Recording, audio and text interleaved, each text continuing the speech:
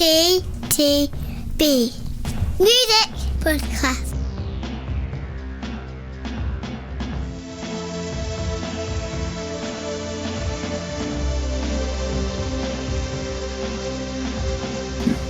So this could be a lost podcast. Just warning in advance, Pete. Does it work? I'm seeing little squiggly lines. Oh, cool. Okay, It's the technologies. that's brilliant. So let me get this in my head. We're remote podcasting again, We're remote podcasting whilst we're in the same but room. whilst we're in the same room.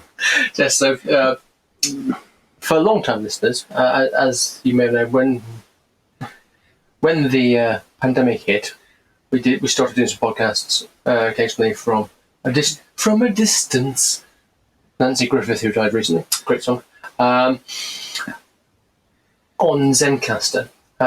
Normally we would do it in this room, where this is on my This is the technical bit. system, Yeah. and which decided to fall over this afternoon, which Okay. means that we are now using Zencaster again, but Yeah. in the same room. So I could have stayed at home. Yeah. You probably drank less. Yeah, true. Very good. Well, it's great to be here again. This might be the last podcast Hey. in the particular original Vineland studio. I would say that the Vineland Studios are trying to tell you something, that this is the state we suddenly find ourselves in. Yeah, I will say the new Vineland studios are slightly more cramped. Well, that'll just add to the Ambiance. homeliness. Yes, ambiance. Ambience. Very good. All right, okay. Probably not going to need two mics. And then, Oh, really? That close, huh? Is it COVID secure? no. Anywho, new podcast. Yep. We are going to get to this quickly, honest, Gov. The running list today is Gary Kemp Insolo, Soda Blonde Small Talk, For Those I Love, Clairo Sling, Dave We're Alone in This Together, and Marina Ancient Dreams in a Modern Land. So, kicking off, we start with Gary Kemp. Second solo album. Yes, see? Yeah, I'm just leaning over your shoulder to check. Little things are going. Yeah, I see it. Yeah. I have no idea what the level was. No. Well, do you know what? We could always come back and record it next month. It's not like we have done it before. Yeah. No, never. So, I mean, 26 years from his first solo album, Mr. Yep. Kemp. Really? Have no idea what he was doing in the year between. Anywho, Gary Kemp, Insolo. Peter. Oh, gosh. I thought you'd come to me with this one first. All right. So, Gary Kemp. One for the fans? Fans of what? Gary Kemp? Spando? I don't know. I do remember. So I'm going to tread very carefully here because I think maybe the hardcore fans, I'm not sure. I remember that we had that altercation with there was a certain section of the Adamant fandom a few years ago. Do you remember? Oh yes, remember when we used to post stuff on the YouTubes? Yes, and we attracted. We got slightly a bit arsey. We did attract some attention, didn't we? With a certain section of their fandom, got them all riled up. It was mostly my fault, so I'll try not to make that same mistake again. Look, okay, it's okay. It's inoffensive. It's some great middle of the road white soul. There's some really good guitar riffs on here. Actually, to be fair, overall, there's some really interesting stuff to be said across the theme of the album regarding detachment, loneliness. Yes. Not to mention the ever encroaching, creeping old age. Yes, there's a lot of which is very much looking back on the past. Very much looking back on the past. So the album is sort of typically sort of resting in those sort of areas thematically. Listen to it a couple of times. which, believe me, the first time I listened to it, I thought, well, not listen to that again. But I listened to it a second time. I thought, give it fair due, you know.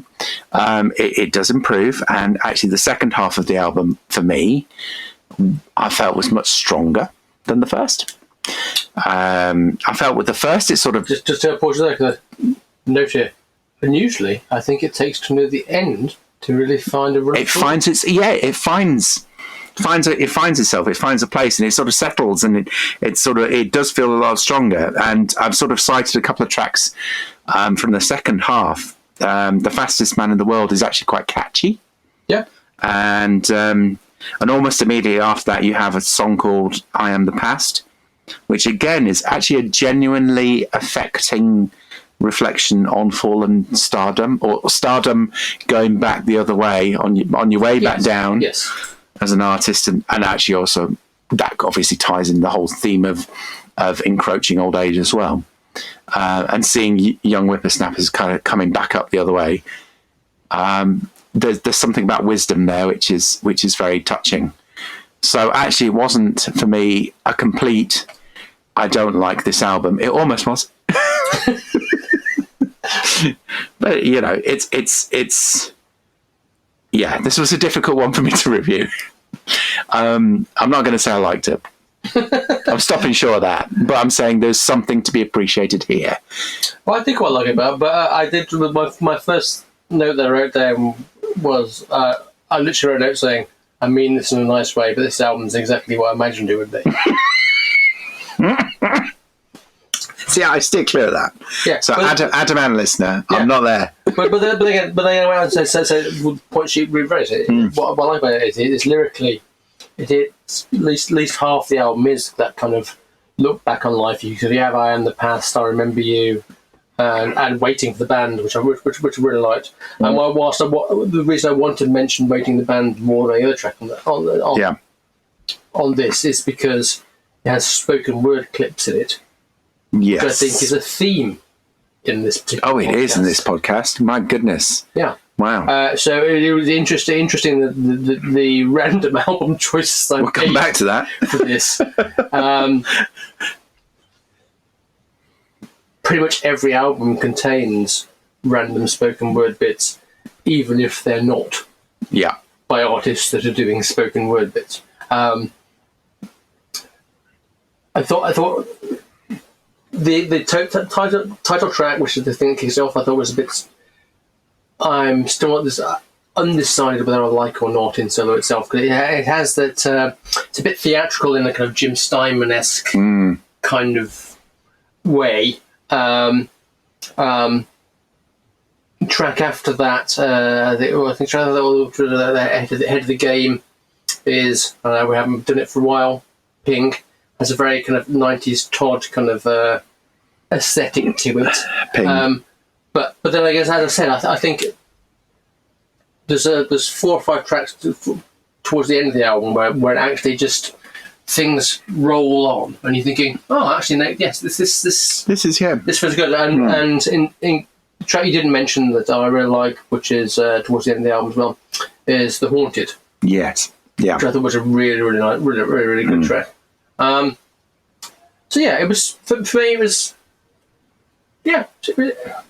I didn't mind it. It was you could tell. Both you could tell this is someone that's written big pop hits. Yes, they're there. But also you could tell that this is an album where he's going, okay, I don't have to write songs for somebody else. I'm just writing songs for me. They've obviously been touring with Nick Mason's Source Full of Secrets things, doing Pink Floyd prog rock things in there, and a chance for him to play guitar for a change. Because he was basically was always the sax guy, whose name I can never remember in Span LA. But he got the sax guy. Got so sax guy. He got the solos. Yeah. So yeah, it was fine. Solid. In fact, solid. I'm going to go one with it. I'm going to say solid. Oh, right. Grimy. Okay. So next up is Soda Blonde. Album's called Small Talk, debut album. And I actually chose this album because I heard one song on Six Music, and I thought, that's quite interesting. and then dug into the band, and they were created from the ashes of a previous band called Little Green Cars, who released a couple of albums back in Ireland, obviously a few years ago. In fact, they featured on the BBC Sounds of list of 2013, alongside the likes of Haim, Savages, Nora Mvula, and Churches. Wow. So in good company. Yeah. Basically, what happened is one of the founding members, Steve Appleby, went one way, and the remaining members of the band decided to go another way. Right. And it's interesting because I checked out some of the previous material, if you like, when they were there, and they definitely had more indie leanings, obviously, originally, because I hadn't remembered them from one time when we actually did that BBC Sounds thing, when we probably would have listened to some of their stuff. And I think they say that sort of Blonde are more in the pure pop vein, but in the grown-up pop vein. And what I mean by that is... Definitely. Initially, when I was listening to it, the first thing that sprung to mind was one of our old favourites on this podcast, which was Summer Camp. Yes. They have that kind of cinematic kind of pop element to them. Yeah. But also, their output for me of mind of also bands of like Prefab Sprout has that camera, even the poppiness of Kate Bush at times, particularly on song Holy Roses and Small Talk, things like that. I suppose you could even kind of, and you could even throw maybe Texas into the mix as well on that kind of. Oh yeah, okay. And I think this is a really, really nice record. Strong lyrically, which I think again is actually a theme on this particular podcast. I think there's some cracking lyrics in this podcast. Tales of love, despair, addictions, worries and stuff. And one of my favourite lyrics, and I will quote a few lyrics in this podcast, but one that I really liked was in Terrible Hands, where it says, I think, to some degree, I take the bad parts of you over the good parts of me, which is a brilliant lyric, but also horrible when you think about it as a kind of statement. Musically, you can tell this is a group of musicians that have been together for a while, because there's a kind of feel about it. It's comfortable and also expansive, and kind of provides a perfect sound stage for singer Faye O'Rourke's vocals. I just genuinely thought this was a really, really good record. Really good record.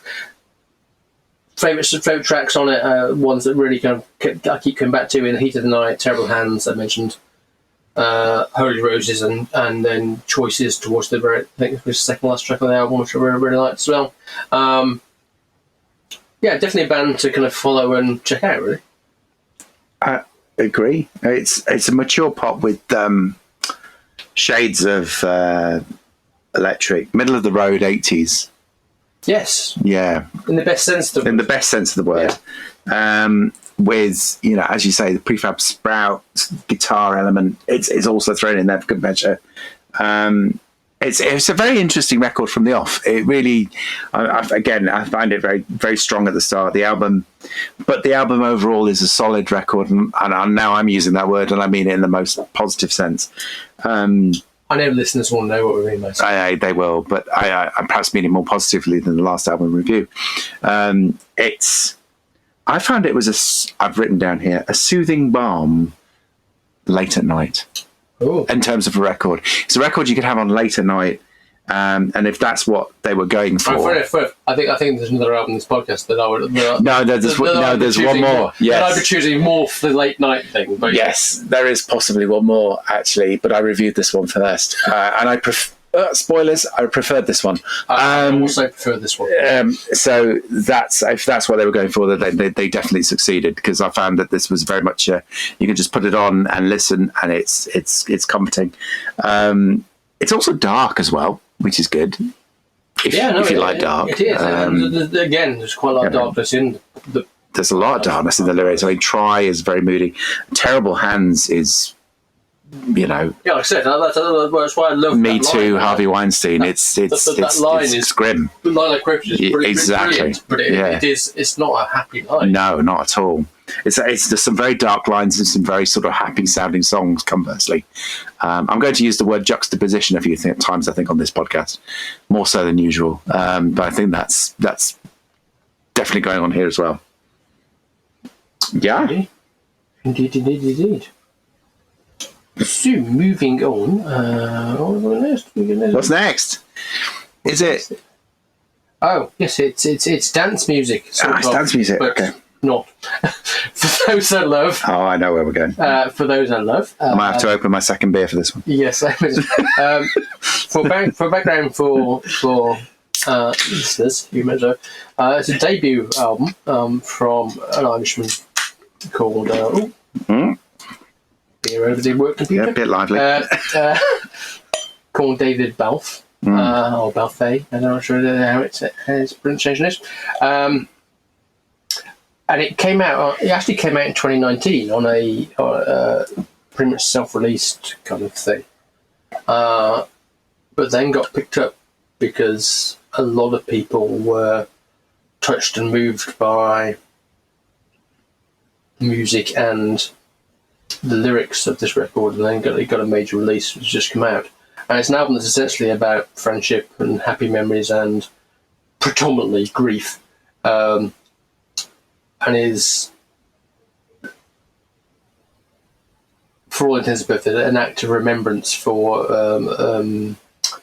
a friend of his who was a spoken word artist and musician called Paul Curran, who I believe committed suicide, but who also features in snippets in the record. It's the odd voicemail. Yes. It's very Irish. The whole thing is, yeah, vocally at least. But another cheery record, Pete. I mean, thanks for setting me up with this one. And the reason for opening that second beer will become clear. I mean, this album is beautiful. It's so sad, and yet so uplifting at the same time. I mean, it's washed with sort of, as you've alluded to, the Dublin sort of punk vocals that are, very sharp. And we did an album last year with some Dublin punk, and subsequent research tells me it's a thing. Indeed, yeah. As I say in my best English accent, it's beautiful in that it's very uplifting musically, electronica.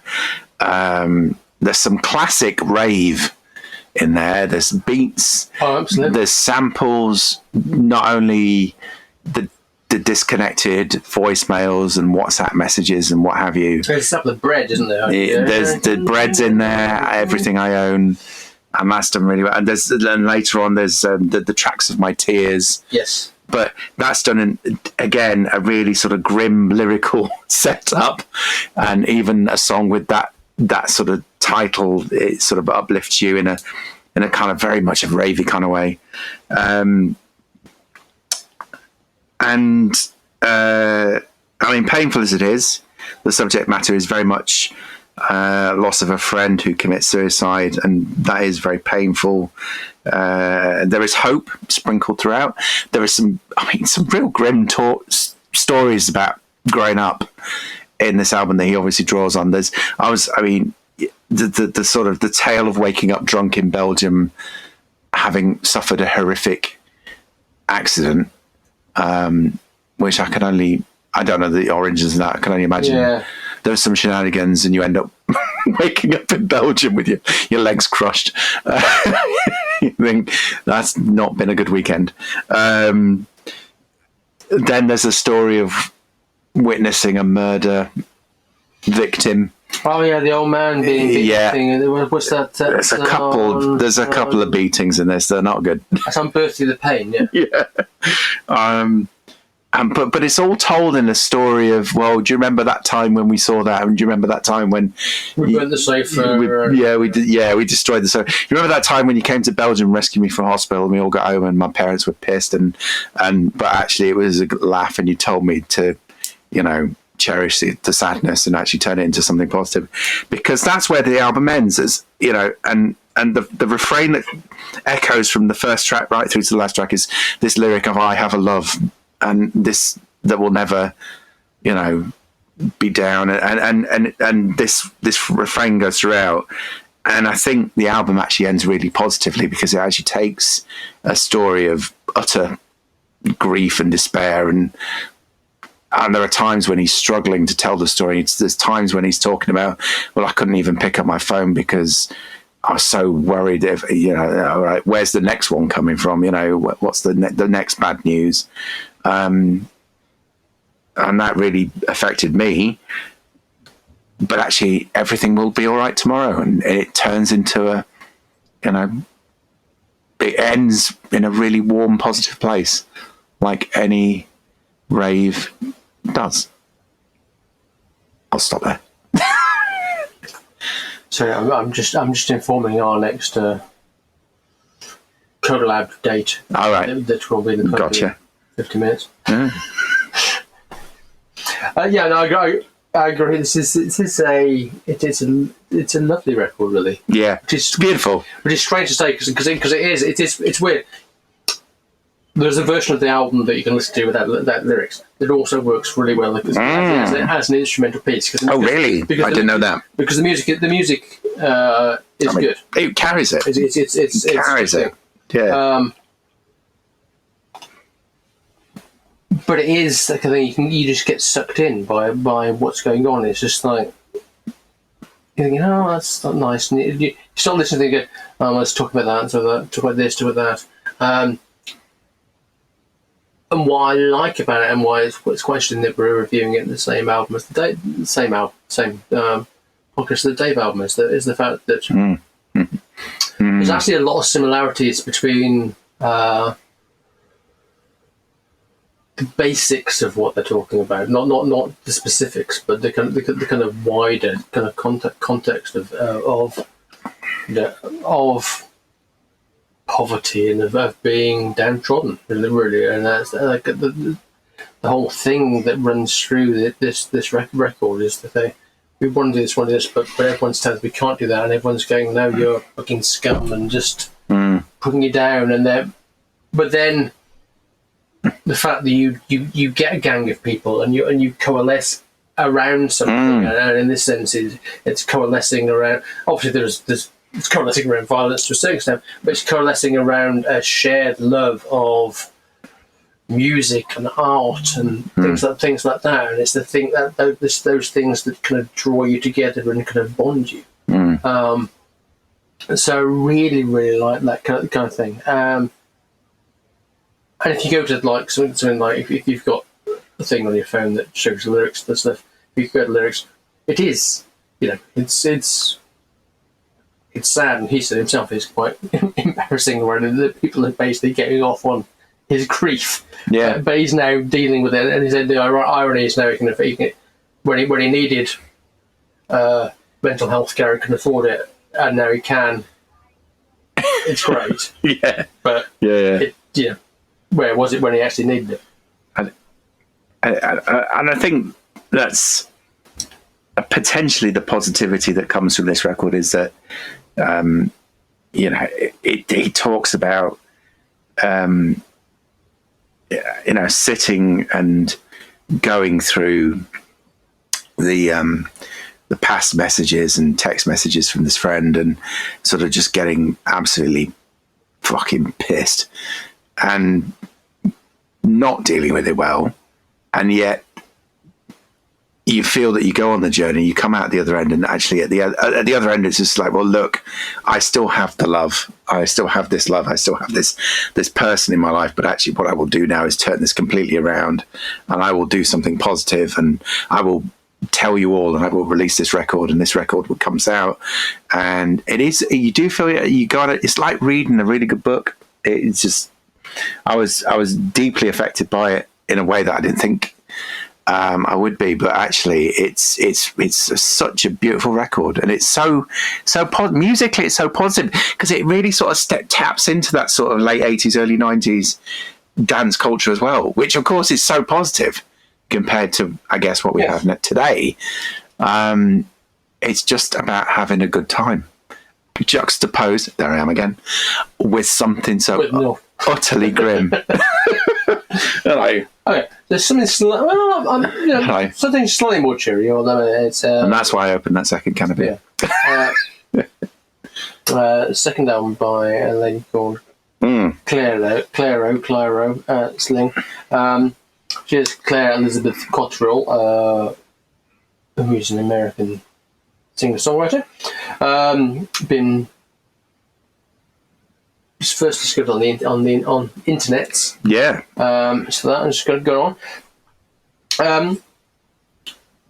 To say this is a laid-back album seems a bit unfair to kind of the phrase laid back. I think.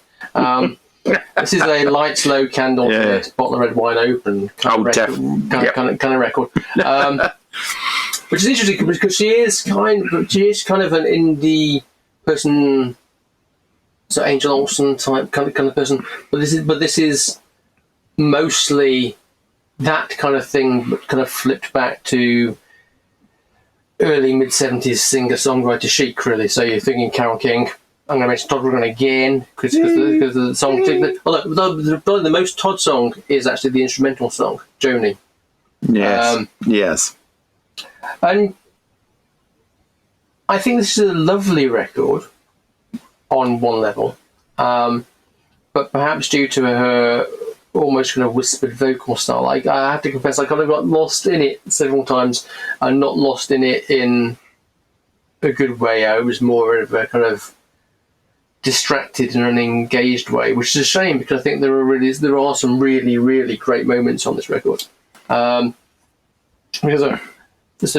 there's one of the best abrupt endings to a song that I've ever heard in my entire life. I think it's the song Zinnias, which literally just kind of ends mid-beat. Yes. Which I thought, fucking genius. Love that. Which then goes into Blouse, which is one of my favourite songs on the record. Yeah. Which also has a thing about, again, back to great lyrics, and that kind of thing about you're setting up, you're getting out with someone, or your friends, someone, time to sit down and have that serious conversation, and all the bloke's doing is looking at your tits. Yeah, that kind of thing. You're thinking, yeah, people listening, you've all been there in one of those two roles. Even if you're guilty about it, you've been in that role before. And my thing about this album is, I think individually, most of the songs are really good. But for me, it for some reason, it didn't really coalesce. Yeah, as a listening experience for me, because it's kind of like you could put most of these songs on a playlist and you'd be going, yeah, that's my song. But in the context of an album, I kept getting distracted, which is a shame because, like I said, I actually think the material itself is actually pretty good. So that's me. I agree. This album starts really strong. It's smooth. It's easy. It's mature pop music. There's some really mellow disco in there. There's some chill out. You remember the chill out craze of the early noughties? You know, your sort of 07s and such. Cheers. Yeah, that's all there. And particularly around the track Partridge. I even thought, I know they've come back together recently, and I can't wait to review an ABBA record, but even with Amoeba, some of their quieter, softer moments, I think there's something there. But the sort of that shade of late 60s, early 70s, lo-fi kind of sound really sort of resonated with me as well. And you've mentioned Zinnias and Blouse. I think that's where it sort of peaks. Yeah. It really, after that, after getting off to quite a strong start and moving along at a pretty good pace, find the album suddenly really slows down, and dare I say it might sag a little bit in the middle. And I don't think it ever gets that momentum going again. So it's, as you say, it's not cohesive. And whilst the ending is fair enough, and you mentioned the instrumental, it does sort of fritter out. And I know that sounds it sounds much harsher than I intended to be, because actually, and this is the album I was thinking of. Well, actually, no, I think this is the album you were thinking of when I talked about Soda Pop earlier and said, "Oh, it's a great late night balm." This is probably a better late night balm. Yes, but I'll probably fall asleep listening to it. But it's like in the classic. You can have it on, and people could talk over it. And not actually listen to it. And you're not going to be annoyed that people talk over it. No, exactly. So it just felt better to begin with than where it ends. Moving back to the spoken word. Oh, yeah. The spoken word, indeed. Dave, last reviewed on podcast 3 August 2019. Yeah, was we were both very positive about his debut album, Psychodrama. Psychodrama. I love Dave. Dave's brilliant. I was reminded of how much I love Dave when there's a moment on this album when Stormzy guests. I was just like, third track. And it just sort of it washed over me. I was like, nah, I prefer Dave. Can you say that? Because one of the things I wrote top line was better without the additions of other people. No, I disagree. Even whilst there are some good tracks. No, there are some good people on this. So I'll come to that. Look, we're all alone in this together. it once again pointed social commentary, exploration of background, origin. I think the last album focuses much more on mental health, whereas this is more an origins of Dave's story. While there's still mental health, but it's still there because of the sort of the commentary around sort of growing up and again lyrically remains as honest and gritty as ever. But I felt musically actually this felt more.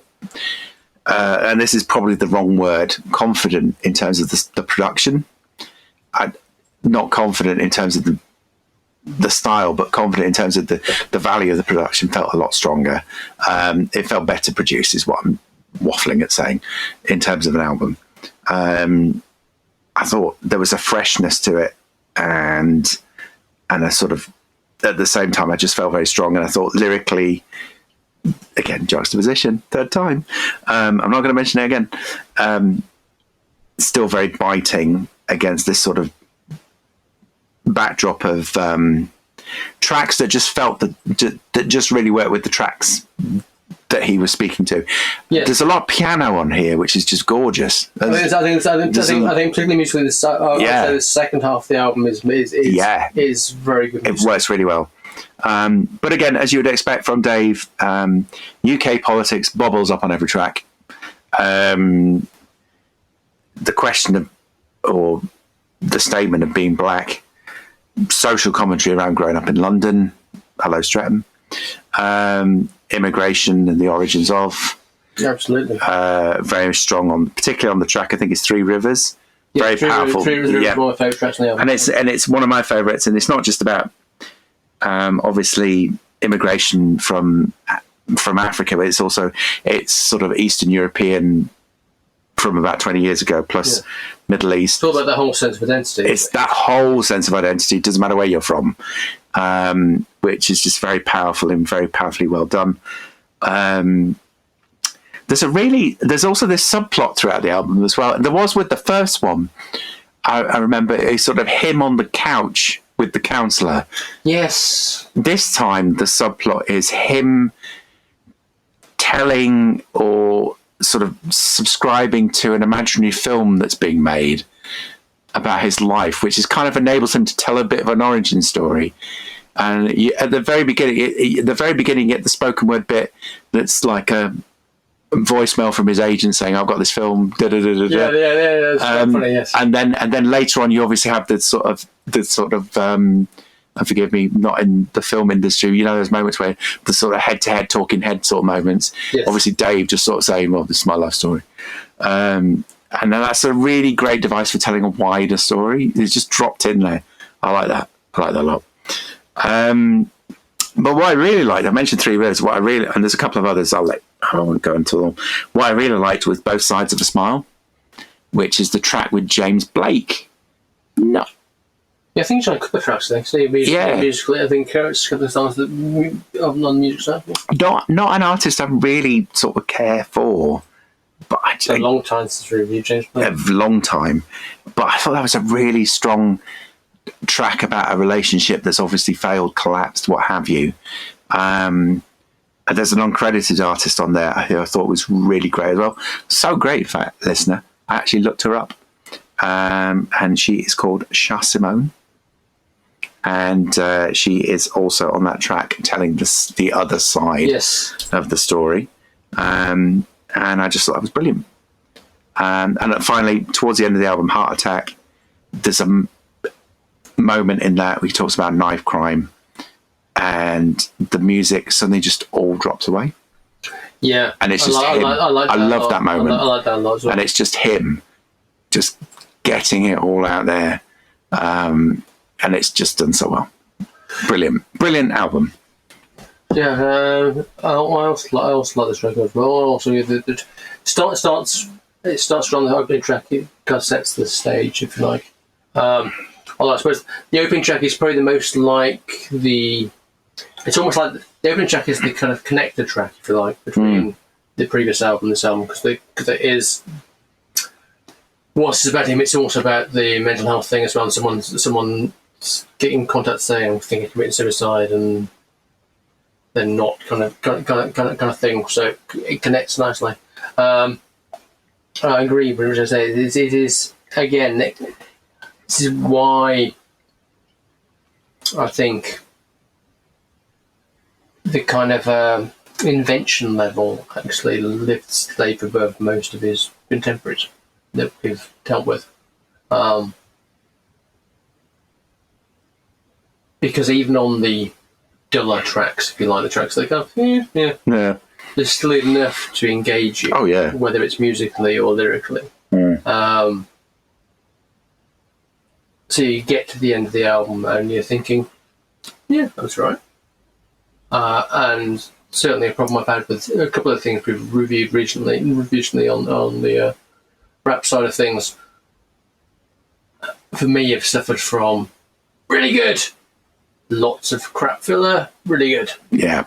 Whereas the crap filler on this is good. It's really good. It's like, consistent. Yeah, there's some really good, and there's some good, really good. You're thinking, no, that's what you want from a record. You want to go, it dips, but only slightly dips, and good thing. I say for me, the collabs thing, particularly at the start of the album, were not quite as strong as the solo stuff, but that wasn't a problem. But again, this was an album for me that grew. So as it progressed, it got stronger, and what I also like as well is it wasn't all same genre. So you got some jazz stuff coming in as a background for a couple of songs, and you got the traditional, if you like, rap beats coming in as well, and it just pushed home the whole thing. So you got Daniel Kaluuya, and in fact, the end of Three Rivers. Speaking of, back to the thing of having clips of people in your records. Just a really, really good, enjoyable record. Listen to. Educational, entertaining. Yeah. What more do you want? I'm always conscious when we review an album like this. We have two middle-aged white guys sat reviewing an album by Dave, but actually, this is up there with some of the best we've done. The thing is, music. Good music is good music. Yeah, and good music is good music. Yeah. And as he says himself on the album, it color comes into it, but kind of for him, it ain't matter. It's fantastic. It's a really strong album. Or I think it was what's the point of being rich when your family ain't? It's like flying first class and crashing a plane. Exactly. So finishing off, because we've got pubs to get to. Marina, Ancient Dreams in a Modern Land, 5th album from Marina, who was originally Marina and the Diamonds. And we have reviewed several times in the past. I think we definitely reviewed the first album, but I don't have the date for that. But last time we did it was definitely in 2015 for her third album, Fruit, which I believe we liked. This album immediately reminded me of why we liked her back then, to be honest. This is for me, a splendid 36-minute pop record. Ticks all my boxes, mainly the 36-minute bit, but it's short. Yeah, it's short, and has an almost, for me, faultless first side. If you do it in old money terms, tracks 1 to 6 are just top drawer. And why I like it is because again, you've got really well-crafted pop songs, humour and cleverness still there in the lyrics, so still about non-conforming, about sexism, about Me Too, etc., etc. But you still have that quirkiness, that kind of Sparks, Lena Lovitch kind of quirkiness there in the background, which I originally loved so much. And then bizarrely, even as I played to the other half of our house, the fact that the second song of the album is basically a Duran Duran song.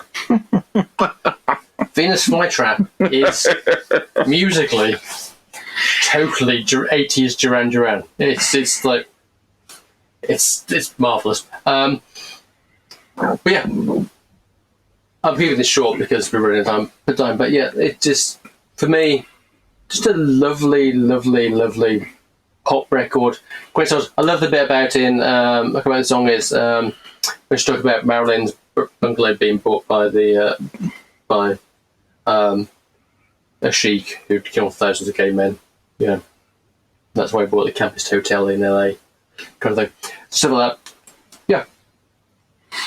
Reminded me of why, literally, I was thinking, yes, this is why we liked Marina when it was Marina and Diamonds came out for the first time. It's like fun pop music. It really is fun. It's a really fun record. It's energetic. It moves along at speed. It's loud. I was going to say return to form, but she never went out of form. So, it's great. Just great to have her back.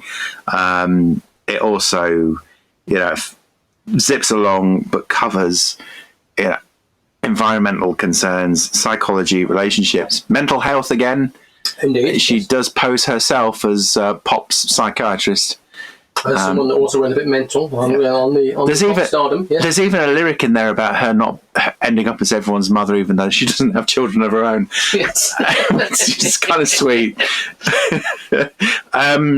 It's a brilliant record. Again, of all the records we've reviewed tonight, I enjoyed this. I really did enjoy this. I've written the least about it. So it's just like, it's great. Listen to this record. It's fun. And there we have it. Until next time. Hang on. Next time? No, we'll do the What's Your Podcast. What's coming next time? What's coming next time? Fucking hell, what's coming next time? Yeah. Drake. That's what's coming next time. Excellent.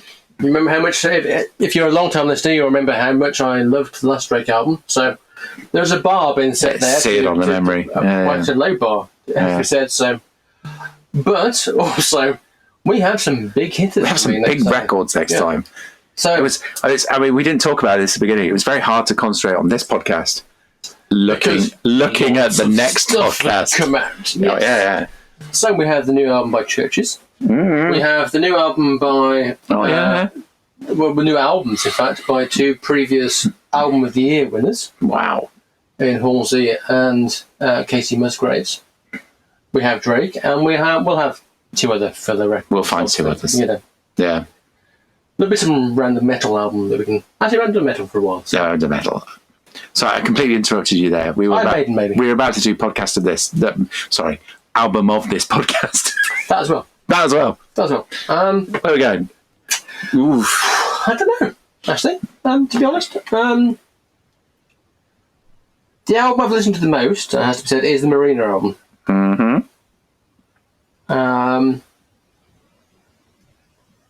The album I admire the most is For Those I Love. Mm. Yeah. Oh, how you were thinking about this? Oh, yeah, okay. I'm with you there. For those I love, it's yeah, because For Those I Love is because it's different. Because yeah, it's not different because it's different, but not different. Yeah, before, of course. To a certain extent. But because of the story behind it, because of feeling behind it, because of the fact that the dance music itself genuinely works. Yeah. In and of itself, I can see why, and actually lots of reviewers have also concurred on this. I can see why this album has touched a nerve, if you like. Yeah. With people. Oh, for sure. I think having Wax Lyrical, I think it has to be that for me. But obviously Dave and Marina are in there as well. Right, triumvirate. See you next time. I'm done. Bye.